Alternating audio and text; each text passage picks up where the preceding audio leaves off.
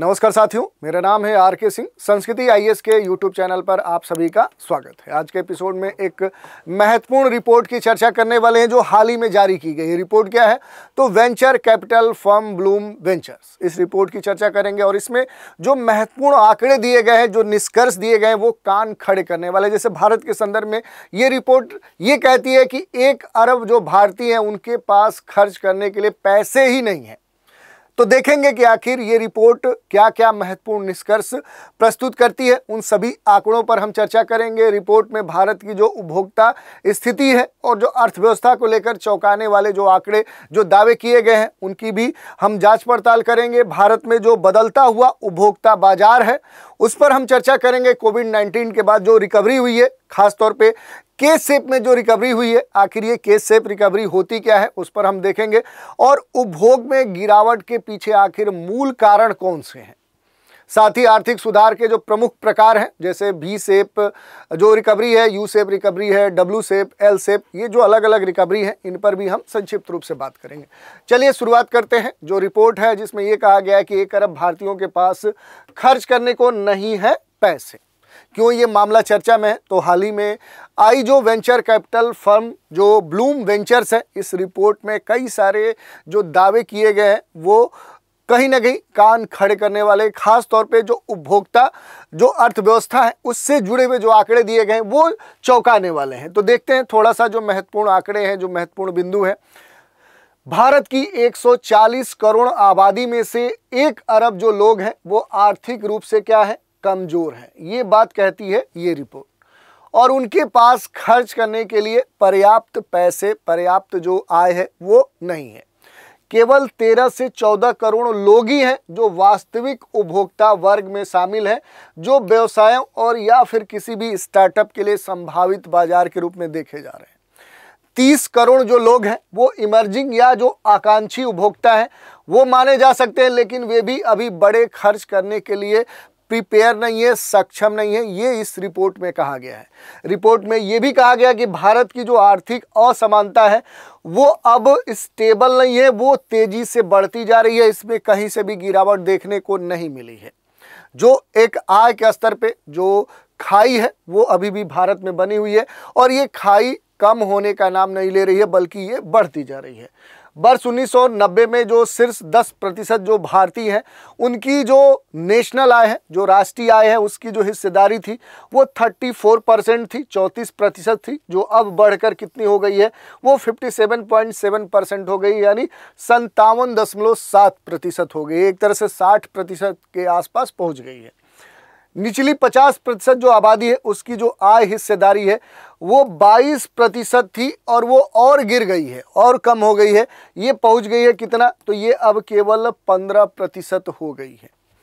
तो ये आंकड़े दिए गए हैं। इसके अलावा थोड़ा सा हम बात करें तो भारत में बदलता जो उपभोक्ता बाजार है, जो कंज्यूमर मार्केट है, उसकी अगर हम बात करें तो देखिए इसमें ये कहा जा रहा है प्रीमियमाइजेशन जो है उसका जो बढ़ता ट्रेंड है वो कहीं ना कहीं इसके पीछे कारण है, क्योंकि ये रिपोर्ट ये भी बताता है, दर्शाता है कि भारत में जो उपभोक्ता बाजार है उनमें प्रीमियमाइजेशन जो है ये एक ट्रेंड के तौर पे आगे बढ़ रहा है। यानी कंपनियां अब बड़े पैमाने के बजाय ये क्या कर रही हैं कि महंगे और जो क्वालिटेटिव जो प्रोडक्ट्स हैं उन्हीं पर अपना फोकस कर रही हैं। ऐसा नहीं है कि बड़ी संख्या में नंबर ऑफ जो आइटम्स हैं उनको बनाने पर वो जोर दे रही है, नहीं, ऐसा नहीं है। जो कंपनियां हैं अब बड़े पैमाने के बजाय जो महंगे प्रोडक्ट हैं, इसके अलावा जो उन्नत उत्पाद हैं उन पर ही अपना फोकस बनाए रह रही हैं। सस्ते जो उत्पाद हैं उनकी जो मांग है अब वर्तमान समय में घटी है, जबकि जो महंगे और प्रीमियम जो उत्पाद हैं उनकी बिक्री जो है वो बढ़ रही है। ये अलग बात है कि आय में बड़ा एक असमानता देखने को मिल रहा है। उदाहरण के लिए देखें तो देखिए जो महंगे घर हैं, अगर हम बात करें जो हाई प्राइस जो घर हैं और जो प्रीमियम जो स्मार्टफोन है उनकी जो बिक्री है वो तेज़ी से बढ़ रही है, जबकि सस्ते जो मॉडल हैं वो बिक नहीं रहे हैं। वो एक तरह से देखें तो प्राइस के स्तर पर संघर्ष कर रहे हैं। 2018 का जो वर्ष था उसमें सस्ते जो घर थे उनकी जो हिस्सेदारी थी 2018 में हम बात करते हैं तो जो सस्ते घर थे इनकी जो भागीदारी थी वो काफ़ी कम थी। आप देखेंगे तो 40% थी, लेकिन अब ये 40% और भी कम हो चुकी है। वर्तमान में देखेंगे तो ये जो प्रतिशत है 2018 का 40%, अब ये घटकर केवल 18% रह गया है। तो इसी से आप समझ सकते हैं कि क्या स्थिति है। इसके अलावा अगर हम देखें तो जो कोविड पेंडेमिक था, जो महामारी थी 19 के बाद देखें तो के आकार की जो रिकवरी है वो देखने को मिली है। के आकार की जो रिकवरी है, इसके शेप से ही आप समझ सकते हैं कि इसमें जो दो समुदाय हैं, जो दो वर्ग हैं, एक अमीर वर्ग है, एक गरीब वर्ग है। दोनों के बारे में ये कहा जाता है कि इनकी जो गरीबी थी, जो आर्थिक स्थिति है, वो दोनों में अंतर है। कोविड-19 महामारी के बाद भारत में जो आर्थिक सुधार है वो के शेप में रिकवरी हुई है। अमीरों की जो संपत्ति है वो क्या हुई है, अगर देखें तो ग्राफ में ये क्या है कि ये रिच लोग हैं, ये अमीर लोग हैं, इनकी जो रिकवरी है वो और तेज़ी से बढ़ी है। और दूसरी तरफ से जो गरीब हैं, जो पुअर समुदाय है, उनकी जो गरीबी है, आर्थिक जो स्थिति है, वो पहले की अपेक्षा और ख़राब हुई है। तो देखिए यहाँ पर ये ग्राफ यही दर्शा रहा है कि अमीर और अमीर होते गए हैं और गरीब होते गए हैं। और इसी शेप में कहीं ना कहीं ये स्थिति देखने को मिली है। और ये जो समस्या है ये महामारी से पहले ही स्टार्ट हो चुकी थी और अब ये अधिक गंभीर स्थिति में पहुंच गई है, क्योंकि जो गरीब थे उनकी स्थिति सुधरने के बजाय और ख़राब हुई है। अब बात करें कि जो कंजम्पशन है, जो उपभोग है, उसमें इस तरह की जो गिरावट है वो क्यों देखी जा रही है। तो इसमें कई सारे कारण हैं। जैसे पहला जो कारण है, जो फिनेंशियल सेविंग है, उसमें जो गिरावट देखने को मिल रही है वित्तीय बजट में, कहीं ना कहीं देखें तो ये स्थिति और कमज़ोर हुई है। क्योंकि भारतीय जो परिवार है, जो फैमिली है, क्योंकि भारत परिवारों का देश है, तो परिवार की जो स्थिति है, जो वित्तीय बचत है, ये 50 वर्षों के न्यूनतम स्तर में पहुंच चुकी है। इसका मतलब यही है कि जो भी परिवार है उसकी जो आय है, उसका जो खर्च है, उसमें अब क्या है कि जो गैप है वो बड़ा नहीं है। आप कह सकते हैं कि वो गैप समाप्त हो रहा है, यानी जितनी आय हो रही है उतना खर्च हो रहा है। और इस कारण से ये स्थिति इस समय सबसे दयनीय स्थिति में पहुंच चुकी है। आम जनता की जो बचत है वो काफ़ी कम हो रही है और इससे क्या रहा है कि उनका जो खर्च है, खर्च करने का जो कैपेसिटी है, जो वहन करने की क्षमता है, वो कम हो गई है। इसके अलावा आप डेब्ट के वो भी देख सकते हैं, कर्ज पर जो निर्भरता है, जो आरबीआई है वो धीरे धीरे सख्त नियम कानून लागू कर रहा है और इस कारण से महामारी के बाद जो कर्ज आसानी से मिल जाते थे वो अब मिल नहीं रहे हैं और इस कारण से जो भारतीयों में देखें तो जो उपभोग है वो प्रभावित हुआ है। लेकिन अब जो आरबीआई है इसने असुरक्षित जो कर्ज हैं उन पर सख्ती बढ़ा दी है और इस कारण से अब भारत में जो कर्ज लेना है, जो पहले काफ़ी आसान होता था लेकिन इससे काफ़ी फ्रॉड होते थे, जो रिकवरी थी बैंक की वो नहीं होती थी, उसको ध्यान में रखते हुए जो आरबीआई ने नए नियमों को लागू किया है, जो कड़े कानून लागू किए हैं, उस कारण से अब आसान नहीं हो गया है भारत में कर्ज लेना। इसका सीधा सा असर है उन लोगों पर पड़ रहा है जो उधार लेकर खर्च कर रहे थे, जिससे उपभोग में अब गिरावट भारत में देखने को मिल रही है।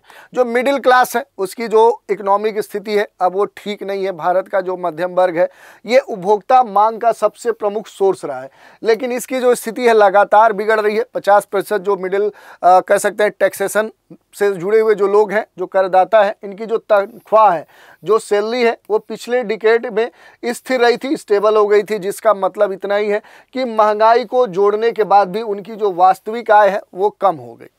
बढ़ती महंगाई और जो फिनेंशियल कह सकते हैं डेप्ट है, जो बोझ है, वो मिडिल क्लास के लोगों के लिए बचत के संदर्भ में देखें तो अब बचत को समाप्त कर चुकी है। तो ये सारे कारण थे जिन कारण से ये स्थिति देखने को मिल रही है। अब जो इकोनॉमिक रिकवरी है, जो आर्थिक सुधार होते हैं, उनके संदर्भ में जो अलग अलग प्रकार होते हैं उनकी अगर हम बात करें तो देखिए आर्थिक सुधार का मीनिंग इतना ही है कि किसी भी मंदी की स्थिति में विपरीत जो परिस्थिति है, आर्थिक जो विपरीत स्थितियाँ होती है, उसमें क्या होता है कि उस संकट के बाद अर्थव्यवस्था का फिर से पुनरुद्धार किया जा सके, उसका विकास किया जा सके, उसे अच्छी स्थिति में लाया जा सके। और इसकी जो प्रकृति है वो अलग अलग टाइप की हो सकती है, जिसे विभिन्न अक्षरों के माध्यम से, सिंबल के माध्यम से समझा जा सकता है। तो एक एक करके हम देखते हैं। देखिए पहला जो है वो बी आकार की है, तो आप इसके शेप से ही समझ सकते हैं कि ये कहना क्या चाह रहा है। तो इस प्रकार की जो अर्थव्यवस्था है, तो आप देख सकते हैं कि जैसे यहाँ पे ये इकोनॉमी थी और इसमें अचानक क्या है कि गिरावट दर्ज देखने को मिलती है, लेकिन फिर उतनी ही तेजी से क्या होती है कि ये जो इकोनॉमी है तेजी से भागती है। तो इस कारण से ये कहा जाता है कि इसका जो शेप बनता है वो वी आकार का बनता है, वी शेप का बनता है। जीडीपी और नौकरियां जल्द वापस पूर्व स्थिति में आ जाती हैं। और इसका उदाहरण आप देख सकते हैं कि यूएसए में 1953 में जो वहां पर बड़ी मंदी आई थी वो इसका उदाहरण हो सकती है। उस समय वी आकार में वहां पर जो अर्थव्यवस्था जिस तरीके से गिरी थी उसी तरीके से रिकवर भी हुई थी। भारत में देखें तो 2020 की जो कोविड-19 पेंडेमिक की स्थिति थी उस समय जो अर्थव्यवस्था थी उसकी पहली जो कह सकते हैं कि वेव आई थी, पहली जो लहर आई थी, उसके बाद जो रिकवरी भारत में हुई थी वो भी कहीं ना कहीं वी शेप में ही हुई थी। तो ये हमने देख लिया। दूसरा जो शेप है वो यू आकार की रिकवरी है। इसमें भी आप देख सकते हैं कि ये कुछ कुछ मिलता हुआ किससे है, तो वी शेप से ही मिलता हुआ है। अगर आप देखेंगे तो ये जो कह सकते हैं कि जो शेप है अर्थव्यवस्था के रिकवरी की जो स्थिति है, इस अर्थव्यवस्था में क्या होता है कि गिरने के बाद कुछ समय तक निचले स्तर पे स्थिति रहती है और फिर धीरे धीरे उठती है। आप देखिए यहाँ से अगर यू शेप आकार को अगर हम देखेंगे तो ये धीरे धीरे चल रही है और धीरे धीरे क्या होता है कि ये अर्थव्यवस्था में गिरावट देखने को मिलती है। जब गिरावट होती है तो कुछ समय तक ये अर्थव्यवस्था गिरी रहती है और फिर धीरे धीरे जैसे गिरती है वैसे ही क्या होती है, ये अर्थव्यवस्था अपने को रिकवर करती है। अगर देखें तो जैसे वी शेप है, वी शेप की तुलना में देखें तो ये जो अर्थव्यवस्था गिरती है इसके रिकवरी में जो समय लगता है वो वी से अधिक लगता है। और 1980 के दशक में जो अमेरिका में आर्थिक मंदी आई थी वो कहीं ना कहीं यू शेप में ही रिकवर हुई थी। और भारत में दूसरी जो कोविड फेज थी, कोविड जो वेव थी, उसके बाद जो रिकवरी हुई है वो भी किस शेप में हुई है, तो वो भी यू शेप में ही हुई है। डब्ल्यू आकार की रिकवरी की बात करें तो डब्ल्यू शेप जो रिकवरी है ये डबल डिप मंदी के तौर पे जानी जाती है। इस अर्थव्यवस्था में देखें ये जो स्थिति है इसमें जो अर्थव्यवस्था होती है वो पहले क्या होती है कि वो पहले गिरती है। आप देख सकते हैं कि अर्थव्यवस्था गिरती है, फिर क्या होता है कि कुछ उठती है, फिर दोबारा ये गिरती है और फिर क्या है कि ओवरऑल देखें तो अर्थव्यवस्था उठ जाती है। तो इस तरह से क्या है कि इसे डबल डिप के बाद देखें तो इसकी स्थिति उठती है, इसी कारण से इसे डबल डिप कहा जाता है। 1990 के दशक में देखें तो जापान की जो अर्थव्यवस्था है उसमें डब्ल्यू आकार की रिकवरी देखने को मिली थी। और अगर देखें इस पूरे संदर्भ में तो कोई देश जल्दी सुधार के बाद दोबारा जो मंदी है उसमें चला जाए तो डब्ल्यू शेप की स्थिति वहां पर देखने को मिलती है। ऐसे ही देखेंगे तो एक एल जो शेप है उसकी रिकवरी देखने को मिलती है और ये काफ़ी खतरनाक माना जाता है, डेंजरस माना जाता है। इसमें देखें तो ये जो स्थिति एल शेप की आती है इसमें जो अर्थव्यवस्था है, ये अर्थव्यवस्था क्या होती है कि गिरने के बाद लंबे समय तक क्या होता है कि निचले स्तर पे बनी रहती है। आप इसके शेप से ही समझ सकते हैं। सुधार की जो गति होती है वो काफ़ी धीमी होती है और कई बार दशकों तक इसमें सुधार होता ही नहीं है। और इस प्रकार की जो मंदी होती है वो एक तरह से अवरोध स्थिति को दर्शाती है, स्टैग्नेशन को दर्शाती है। और 2008 की जो वैश्विक जो ग्लोबल कह सकते हैं कि मंदी हुई थी उसके बाद जो ग्रीस था, ग्रीस की जो अर्थव्यवस्था है वो एल आकार में ही फंसी हुई थी। तो ये हमने देख लिया। इसी तरह देखिए के आकार की जो रिकवरी है, के शेप रिकवरी, असमान जो सुधार है इसमें पहले ही हमने देखा था कि अमीर वर्ग या जो कारपोरेट सेक्टर है उनकी अगर स्थिति देखें, यहाँ से अगर हम इसकी कंपैरिजन करें तो जो अमीर हैं वो और गरीब होते हैं, आगे बढ़ते जाते हैं, और जो गरीब हैं मध्यम वर्ग की जो स्थिति है वो पहले से और ख़राब होती जाती है। इसमें आर्थिक असमानता काफ़ी तेज़ी से बढ़ती है।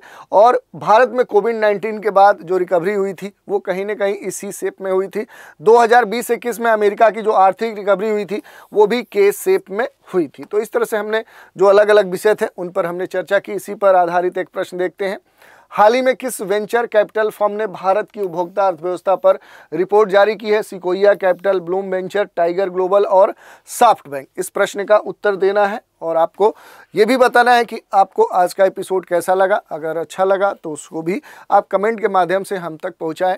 और अगर आपको कुछ और भी जोड़ने के लिए आपका मन करता है तो वो भी हमें बताइए कि आखिर हम इसमें क्या और चीज़ें ऐड कर सकते हैं जिससे अधिक से अधिक आपको लाभ प्राप्त हो सके। तो आज के एपिसोड में हमने रिपोर्ट की बात की कि आखिर वेंचर कैपिटल जो फर्म ब्लूम वेंचर्स है ये है क्या, और इसमें ये कहा गया कि 1 अरब भारतीयों के पास खर्च करने को नहीं है पैसे।